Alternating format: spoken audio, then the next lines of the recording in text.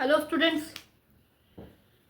तो हम 5.1 एक्सरसाइज हो चुकी है। 5.2 एक्सरसाइज का हम थर्ड सम कर चुके हैं। थर्ड सम जो कि टफ लगता है बच्चों को, काफ़ी सिंपल सा सम है, वो हमने कल कर लिया है।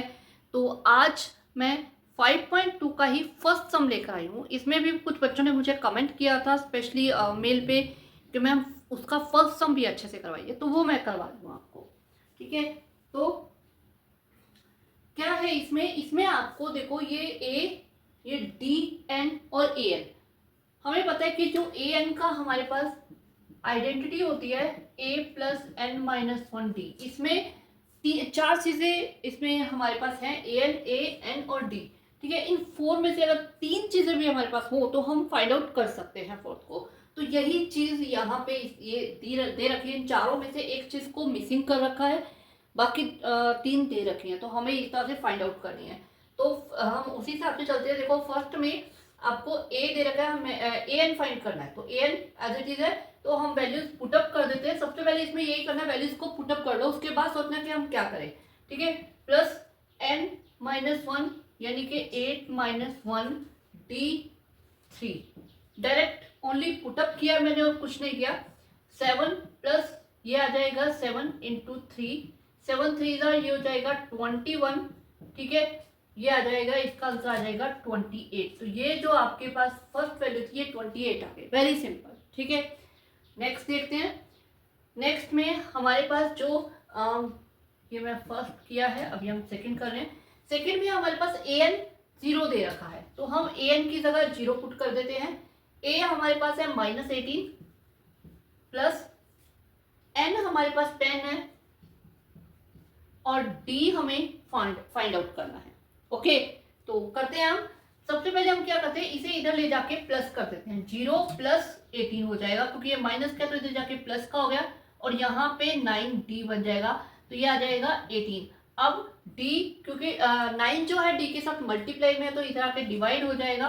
तो 18 डिवाइड बाई 9, तो आपके पास यहाँ से जो d है वो 2 आ जाएगा। ठीक है, तो जो सेकंड क्वेश्चन है उसका आंसर हमारे पास 2 आ गया है। तो अब इसी तरह हम चलते हैं थर्ड क्वेश्चन, जिसमें आप देख सकते हो कि ए की वैल्यू मिसिंग है। ठीक है, तो करते हैं। देखो, इसमें भी हम इसी आइडेंटिटी में हमें पुटअप करना है। ठीक है, इसमें आप देख सकते हो ए एन हमें -5 दे रखा है। -5 इक्वल टू ए मिसिंग है, प्लस एन हमारे पास इसमें थर्ड में दे रखा है 18,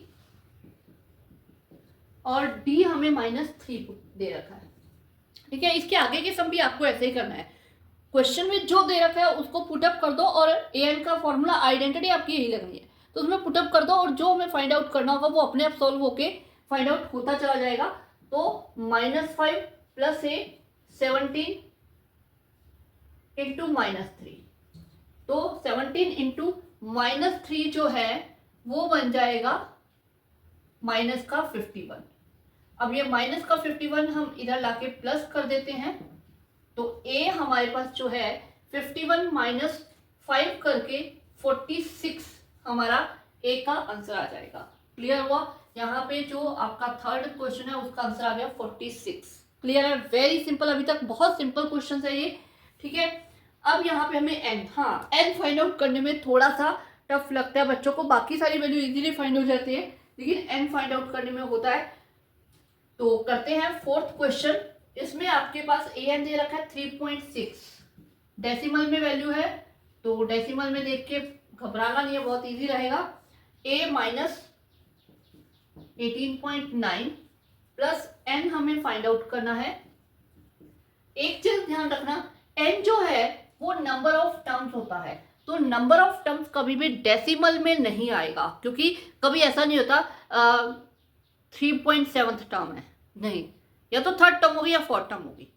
तो जब भी एन फाइंड आउट करना है तो वो आपका डेफिनेटली एक होल नंबर ही आएगा। अगर वो होल नंबर नहीं आया है, फ्रैक्शन आई है, डेसिमल वैल्यू आई है, तो डेफिनेटली आपका सम गलत है। ओके, तो करते हैं इसे सॉल्व। सबसे पहले हम इसे उधर ले जाके प्लस कर देते हैं। 3.6 प्लस 18.9 n माइनस 1 इंटू 2.5, तो डेसिमल वाली वैल्यू आ गई, तो डेफिनेटली हमें इसी तरह प्लस करना है। कॉलम वाइज लिख के ये आ जाएगा 15, 1, 12, 2, ये आ गया 22.5। अब n-1 ये मल्टीप्लाई में, ये आ जाएगा इसके डिवाइड में। अब डेसिमल वाला काटना ज़्यादातर बच्चों को टफ लगता है, ठीक है। तो इस टाइप से जब आ जाए तो इसको इजी बताने के लिए क्या करो, इसका डेसिमल हटा दो, ठीक है। हम अगर इसका डेसिमल हटाएंगे तो डेसिमल के बाद एक डिजिट है, यानी कि यहाँ आ जाएगा इंटू 10। इसी तरह जब इसका डेसिमल हटाएंगे तो इसके भी डेसिमल के बाद एक डिजिट है, तो यहाँ आ जाएगा 10। 0 से 0 गए, 5 से काट देते हैं, ये आ जाएगा 45। अगेन हमने 5 से काटा तो n-1 जो है वो इक्वल टू 9 आ गया, और n इज इक्वल टू 9 + 1, तो ये आ जाएगा 10। क्लियर हुआ? हमारे पास जो यहाँ n की वैल्यू है वो 10 आ गई है। क्लियर हुआ? वेरी सिंपल, ठीक है। बस थोड़ा सा यहाँ पे हमें ध्यान रखना है डेसिमल वाला कैसे सॉल्व करना है, बाकी ज़्यादा टफ नहीं था। लास्ट सम पे आ गए हैं। लास्ट सम में हमें a n फाइंड करना है, ठीक है। और a हमारे पास है 3.5 प्लस n है 105, 105 टर्म हमें फाइंड आउट करनी है इनटू 0। d क्या है? 0। वेरी सिंपल, बहुत सिंपल सम हो गया। देखो 0 से किसी को भी मल्टीप्लाई करो तो क्या आता है? Very good, 0।